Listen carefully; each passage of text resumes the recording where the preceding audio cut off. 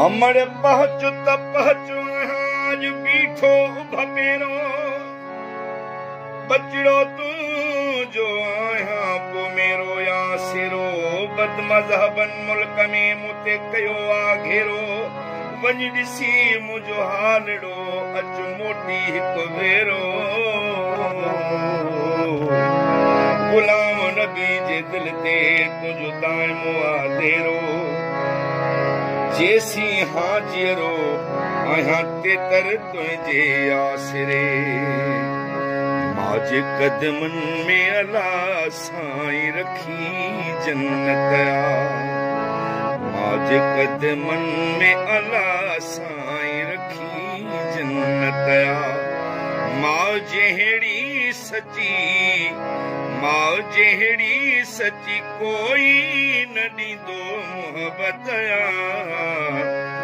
आज कदमन में अल्लाह साईं रखी जन्नत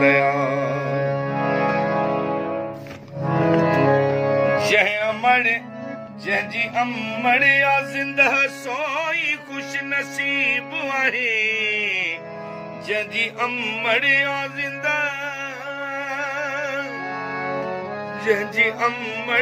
ज़िंदह सोई खुश नसीब आहे मां जहिड़ी न सारे जग में काई दौलत माज कदमन में अल्लाह साईं रखी जन्नत माज कदमन में अल्लाह साईं रखी जन्नत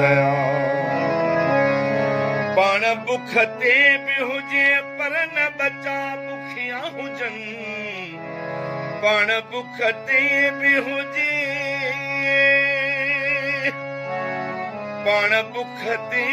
हुजे पर न बचा बुखिया हुजनि बुख ते सुम्हण जी ॾिनी मौला हुनखे ताक़त आज कदमन में अल्लाह साईं रखी जन्नत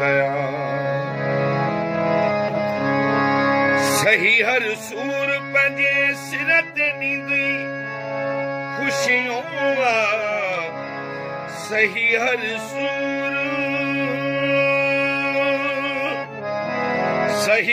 सूर पंहिंजे सिर ते ॾींदी खुशियूं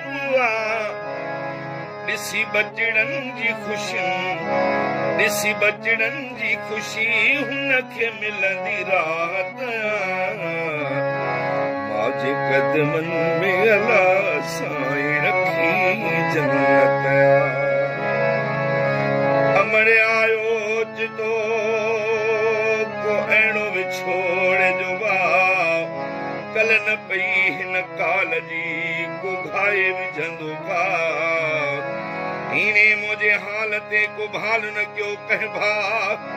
मिटन माइटन भाइरन संगत मूं वियो सा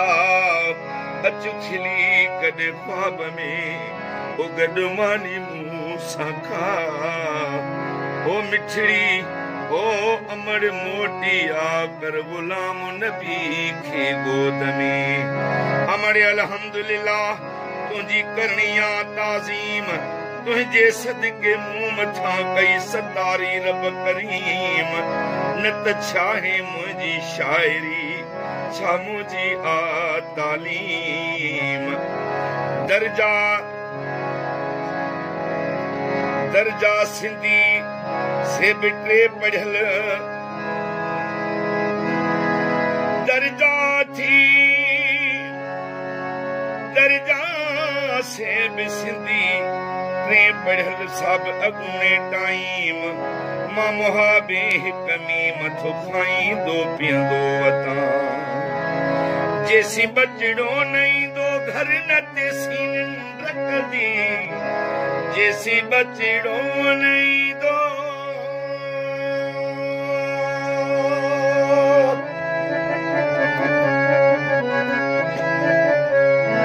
जेसी बचड़ो नईंदो घर न तेसी निंड रखंदी